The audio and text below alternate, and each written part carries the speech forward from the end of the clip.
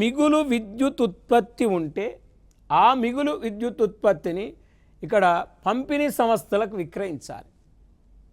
అంటే ఇక్కడ ఏదైతే విద్యుత్తును సరఫరా చేసే సంస్థలు ఉంటాయో, విద్యుత్తును విక్రయించే సంస్థలు ఉంటాయో, అలాంటి అంటే సెంట్రల్లో మనం విద్యుత్తును విక్రయించే సంస్థలు చూస్తే ఇక్కడ మనకు మెయిన్గా విద్యుత్తును ఉత్పత్తి చేసేది ఎన్టీపీసీ అయితే, ఇక్కడ విద్యుత్తును నిల్వ చేసి మనకు మరి ఇక్కడ పంపిణీ చేసేది power grid corporation of India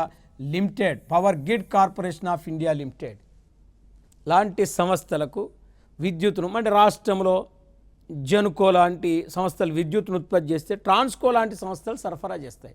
అలాంటి సంస్థలకు మిగులు విద్యుత్తును సరఫరా చేయాలి అని కూడా ఇక్కడ ఈ పథకం యొక్క ఉద్దేశం. ఈవీఈ ఛార్జింగ్, ఎలక్ట్రికల్ వాహనాలు, సోలార్ పలకలను సరఫరా చేసే తయారీలో కూడా సాంకేతిక నైపుణ్యాలు కల్పించాలి. అంటే ఈవీఈ అంటే ఈవీ కార్లు కానీ, ఈవీ బైకులు కానీ, ఈవీ బస్సులు కానీ, ఈవీ 4-వీలర్ కానీ, 3-వీలర్స్ కానీ ఇప్పుడు వస్తున్నాయండి.